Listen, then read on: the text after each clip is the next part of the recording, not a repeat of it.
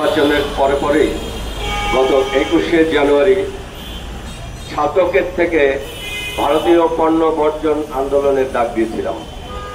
আমি আজ এখানে দাঁড়িয়ে জুন মাসে আজকে কৃতজ্ঞতা প্রকাশ করতে চাই বাংলাদেশের জনগণের প্রতি যে তারা এত ব্যাপকভাবে ভারতীয় পণ্য বর্জনের আন্দোলনে সাড়া দিয়েছেন এবং অংশ নিয়েছেন। অনেকে সন্দেহ প্রকাশ করেছিল দেশে বিদেশে, এমনকি আমাদের নিজেদের মধ্যেও কিছুটা শঙ্কা ছিল যে ভারত যেভাবে আমাদের দেশে জেঁকে বসেছে আমরা তাদের পণ্য বর্জনে কোন রকম সার্থকতা পাবো কিনা। কিন্তু আমি আজকে নিশ্চিতভাবে বলতে চাই এবং আনন্দের সাথে বলতে চাই যে বাংলাদেশের দেশপ্রেমিক নাগরিকের দ্বারা কোনো কিছুই অসম্ভব না। একটা দেশকে যারা 30 লক্ষ শহীদের বিনিময়ে স্বাধীন করে নিয়ে এসেছে তাদেরকে কোনোভাবেই দেশপ্রেমের অটলতা থেকে সরানো যাবে না। আমাদেরকে শুধু মাঝে মাঝে কিছু দিক নির্দেশনা দেওয়া, কিছু মনে করিয়ে দেওয়া, এই কাজটুকু করতে হবে এবং আন্দোলনটাকে সঠিক পথে ধরে রাখতে হবে। আমরা সেটাই করছি। আপনাদের সাথে কথা বলছি, আপনাদেরকে উদ্বুদ্ধ করছি, আপনাদেরকে বাংলাদেশি পণ্য চিনিয়ে দিচ্ছি। আপনাদের পুরা বাংলাদেশের উপরে ভারত কিভাবে জেঁকে বসেছে সেটার পুরা ডিজাইনটা আপনাদের দেখিয়ে দিচ্ছি। এরপরে যা করার সেটা গ্রামে গঞ্জে বিভিন্ন জায়গায় আপনার জায়গা থেকে আপনিই করছেন। কৃতিত্ব বাংলাদেশের জনগণের, কোনো দলের না।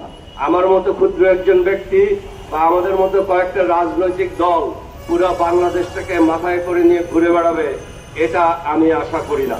বাংলাদেশ জনগণের, এটা জনগণের থাকবে এবং জনগণের অংশগ্রহণে বাংলাদেশ স্বাধীন থাকবে, বাংলাদেশ সাবলীল থাকবে এবং বাংলাদেশ স্বনির্ভর থাকবে।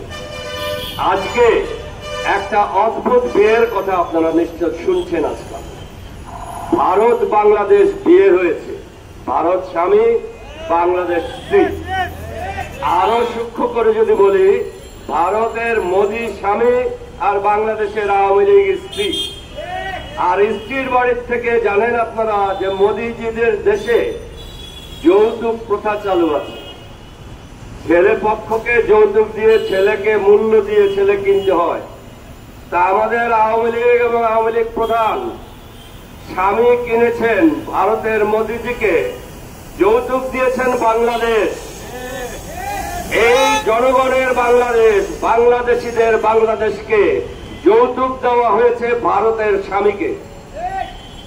এটা আমাদের সম্পদ, এটা বাংলাদেশ, বাংলাদেশের জনগণের সম্পদ, কারো বাবার সম্পত্তি এটা না।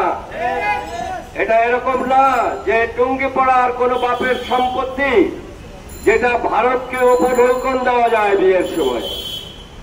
বাংলাদেশ স্বাধীন, বাংলাদেশের নাগরিকরা স্বাধীন, তারা স্বাধীন থাকতে চায়, তারা তাদের মাথা উঁচু করে বাঁচতে চায় এবং যে কোনো মূল্যের বিনিময়ে, দরকার হলে আরেকবার 30 লক্ষ বাঙালির প্রাণের বিনিময়ে এ দেশকে স্বাধীন রাখা আপনার আমার সকলের দায়িত্ব।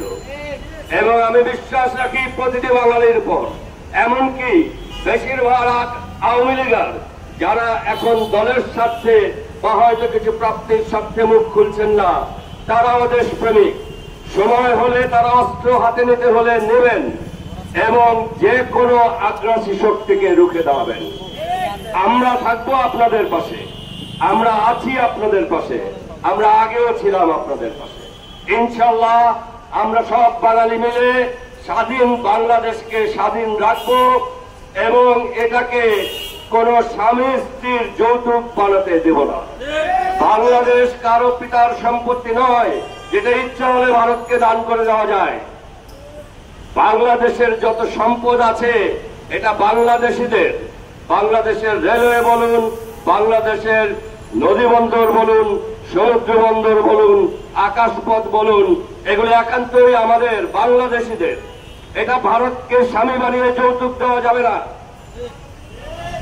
এই অনাচার চলবে না। আমরা এর প্রতিবাদ জানাচ্ছি এবং প্রয়োজনে আমরা আরেকটা মুক্তিযুদ্ধ করে ভারত থেকে আমাদের দেশকে মুক্ত রাখবো।